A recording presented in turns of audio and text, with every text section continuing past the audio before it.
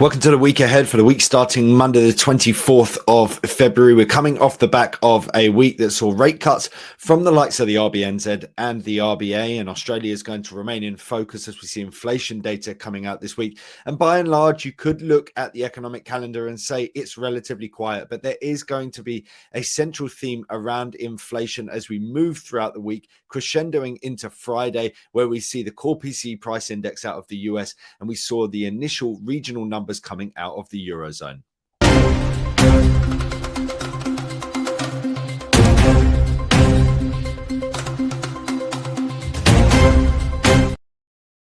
So first and foremost, we can see here, these are the top tier items according to Trading Economics. What we can see essentially is that there is a theme that builds towards the back end of the week.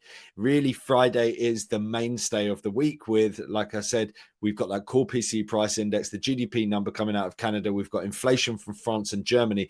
And prior to that, we do see some other data points, but they're more coming in the sort of mid-tier level. So IFO business climate out of Germany, GfK consumer confidence coming out of Germany. This comes off the back of the latest PMI numbers from Germany, which actually improved. But by and large, if you look at the composite numbers for the Eurozone, it's not necessarily going anywhere fast. Durable goods and GDP, although that's an estimate coming out of the US on Thursday as well. But the US will be the first area we're talking about, and that really does sort of point towards the possibility of major volatility at the back end of the week. Like I said, we've got GDP, but it's a second estimate, so potential volatility on Thursday around that. We've got the core durable goods, which is a key barometer of industrial and manufacturing output within the US in particular, jobless claims. But really, it's all about Friday's core PCE price index, the Federal Reserve's favored inflation metric. And it comes off the back of a CPI report recently that saw US CPI continuing to move towards the upside on a monthly basis. It's troublesome, and it points towards a potential reflation that will essentially stop the Fed from doing anything. The Federal Reserve, in terms of some of the comments we've been seeing recently, certainly appear very happy to stay where they are and essentially put the ball back in the court of Donald Trump and say, you do what you're going to do and we're going to react accordingly. They believe that the measures, whether it comes down to his approach to migration, moving people out of the country, forced migration could force up wages, whether it comes down to the possibility of higher inflation with the tariffs that are being imposed by Donald Trump or could be imposed. This all causes major uncertainty for the economy, for the inflation picture. And therefore, until we see that play out and see exactly what the repercussions are, the Federal Reserve appear to be very patient in nature. Now, that means that we are going to be data dependent. It means if we see a significant surge in terms of inflation, we're likely to see markets respond in kind. If we see inflation moving significantly towards the downside, then similar kind of thing, right? What's notable about the fact that we've got this core PCE metric is that in actual fact, that's the one thing that has been relatively under control. You can see that here. So this is US CPI and then the core PCE. So this is taking the view that the Fed are essentially going to take their headline number from the CPI, but the core from the PCE. And what we can see here is that the CPI number at 3% continues to move up and up and up over recent months. The PCE largely flat at 2.8%.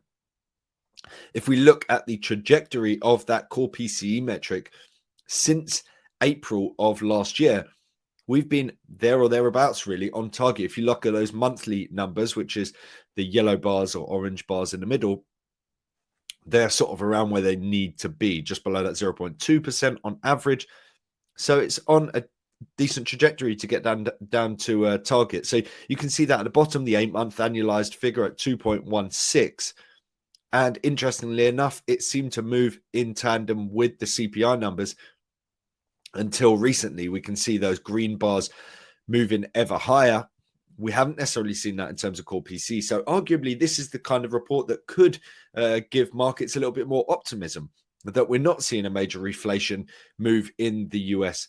And so the outlook for this is going to be key. So markets are expecting a 0.4 metric. That would be over and above anything we've seen over the course of the past 8 months. So if that is true, that would point towards a potential sort of convergence with the numbers that we're seeing in terms of the CPI numbers. But, we don't necessarily know if it's going to come in line with that or not. What's notable is that over the course of the past week, over the course of the past month, we haven't necessarily seen any major shift in terms of expectations for the Federal Reserve.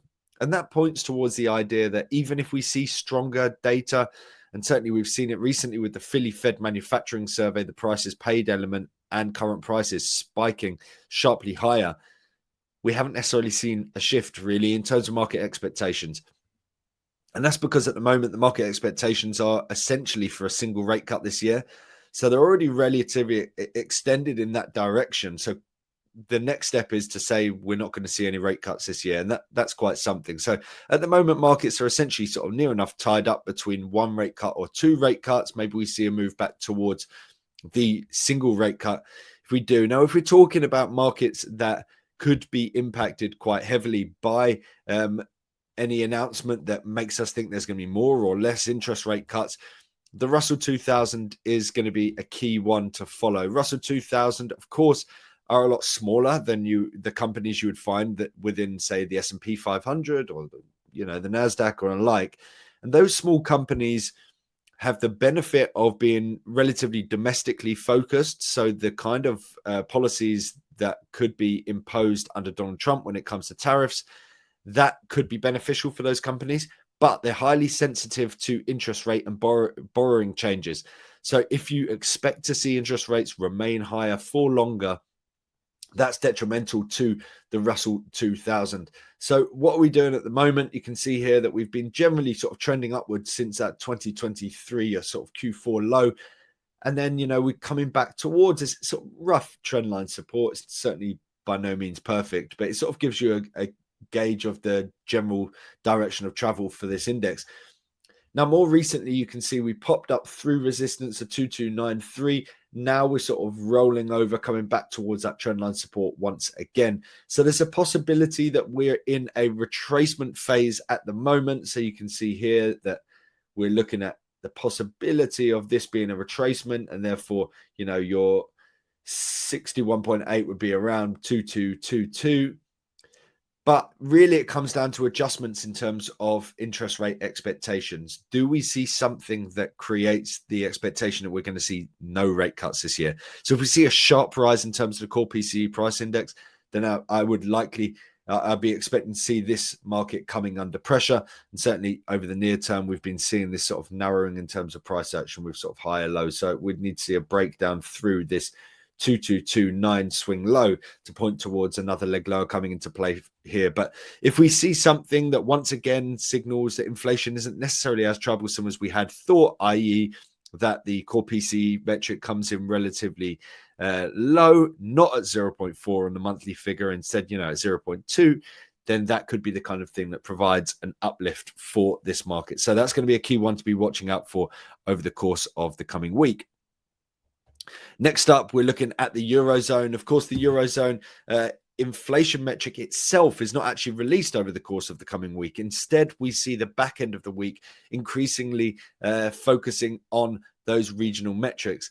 I stand corrected. I mean, we have got the inflation rate on Monday, but that is the final reading, and it's the week after, it's the Monday after that we actually see the most recent figure for February. And so, how are things shaping up in terms of metrics from those regional figures? So Spain, we have on Thursday, essentially the expectation is that it remains at 2.9, but the monthly figure ticks up to 0.3. France, we're expecting to see sharply lower once again, 1.4 for French inflation, but the monthly figure up to 0.6. Italy, expectation of a move to up to 1.7, but that comes despite a monthly figure of 0.3 down from 0.6, and then the all-important German figure down to 2.2 after a rise up to 0.3 following that negative metric last time around. It's worthwhile noting that these different countries have different weightings. So when you see the German inflation metric coming out, you should bear in mind that roughly 28% of the Eurozone CPI figure comes from Germany. So it carries a heavier weighting. France is behind that with 20%. Then we've got the likes of Italy with 16% and Spain with 11%. So the German inflation metric will have a greater impact on expectations for that Eurozone CPI figure that comes out the Monday after. So by the time you see the Eurozone number come out, by and large, you have a good idea of where it's likely to go. Not a given. And really, you have to bear in mind that these figures can all move in different directions. So if the general mean of travel or direction of travel for these figures are all higher, it would indicate that the Eurozone figure is likely to see the same kind of thing. We have seen an uptick for a number of these metrics of late, but at 2.52, Eurozone inflation does appear to be relatively tame for the time being. And certainly when it comes to the coming months, I think by the end of the first quarter and certainly get into the end of the second quarter, Eurozone inflation is going to be significantly lower than where we are at the moment. Down to base effects is something that I've covered a number of times on these videos. So this is the German 10-year yield divided by the UK 10-year yield. So essentially the yield sort of ratio, the ratio between the two, and then euro sterling. And what we can see here is generally euro sterling is essentially impacted by yields between the two and the relationship between the two.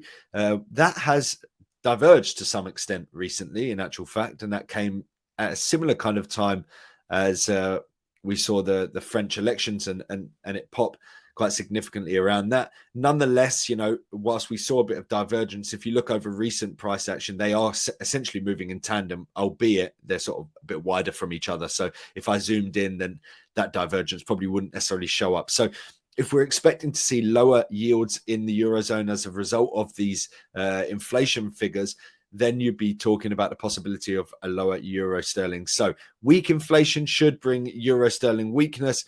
Higher inflation should bring euro sterling strength. So let's look here at the likes of euro sterling. So here is the chart for euro sterling over the daily time frame. What's quite obvious here is that the currency pair has been heading sharply lower over the course of recent weeks. Now, this is something that I had highlighted previously in the past, and certainly I wouldn't necessarily think that we're going to move in a different direction of travel as things stand. So I think the direction of travel appears to be bearish.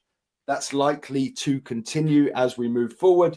And so essentially, if we see further weakness in terms of the inflation figures, then it looks likely that we'll be able to move back down towards that 8222 and continue this long-standing trend. The weekly time frame highlights it. Now, what's notable here is that we've come back down towards and into this key support level here, which is, there we go. So 0.82, that has been the low thus far. But, if you look at this downtrend, it's very nice and clear. The recent strong inflation data coming out of the UK does point towards a potential continuation of that coming into play once again.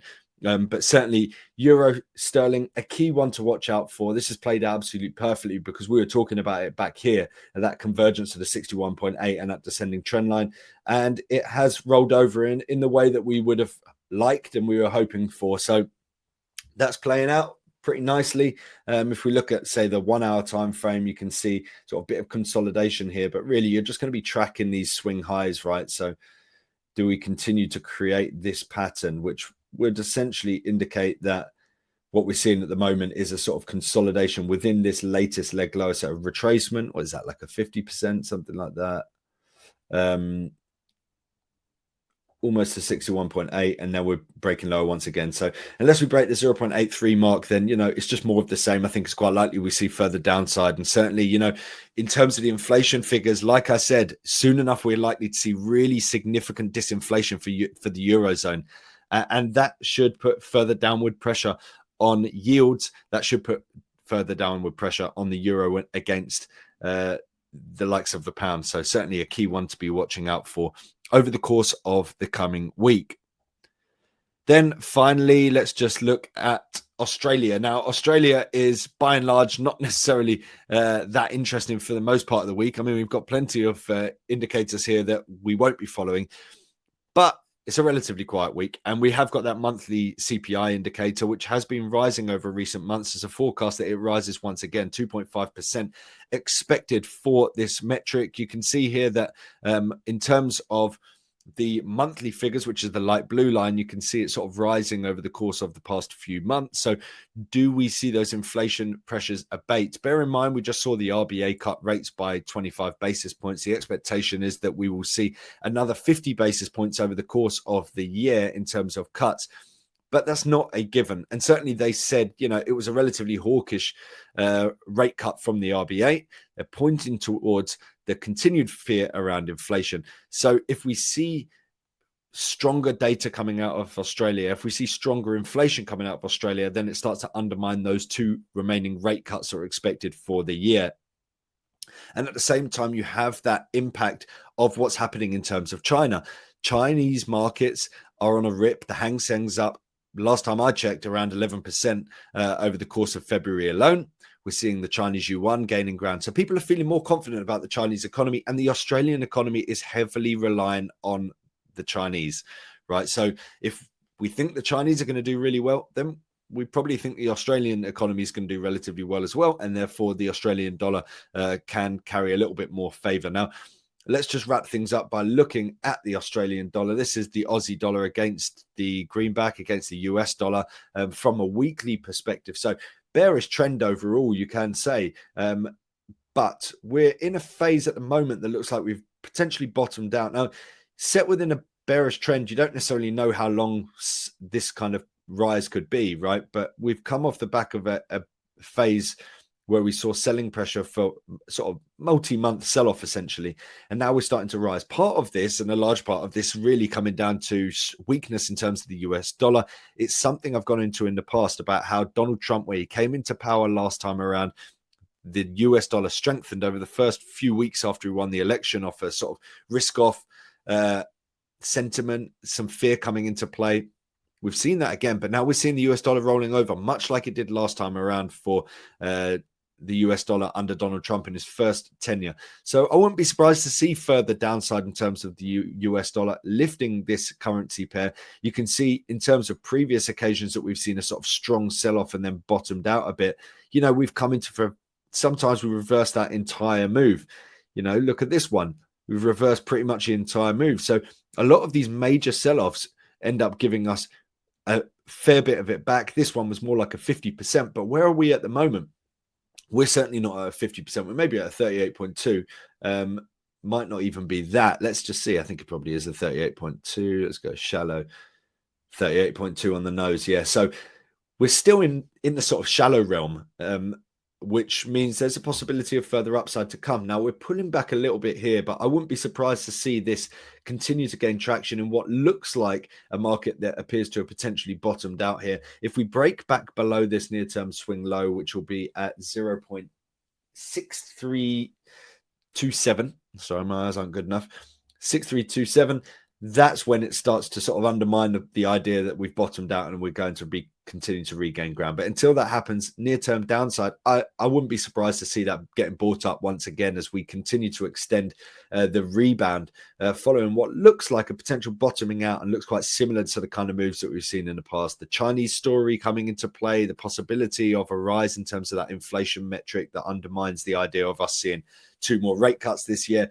And the possibility of US dollar weakness, it all plays into the possibility of the Aussie dollar gaining ground over the coming weeks. So certainly that's going to be a key one to watch out for in a week that doesn't have a huge amount in terms of economic data, but what it does have is a central theme around inflation. Also, bear in mind, I've done a video for earnings season. That's because earnings season is a really big one. We've got Nvidia and Salesforce really bringing a central theme around AI, as we see one of, if not the last sort of really big week of earnings over in the US for the 4th quarter earnings season. I hope that's been useful. Make sure to like, subscribe, and follow for more content like this. My name is Josh Mahony, Chief Market Analyst at Scope Markets.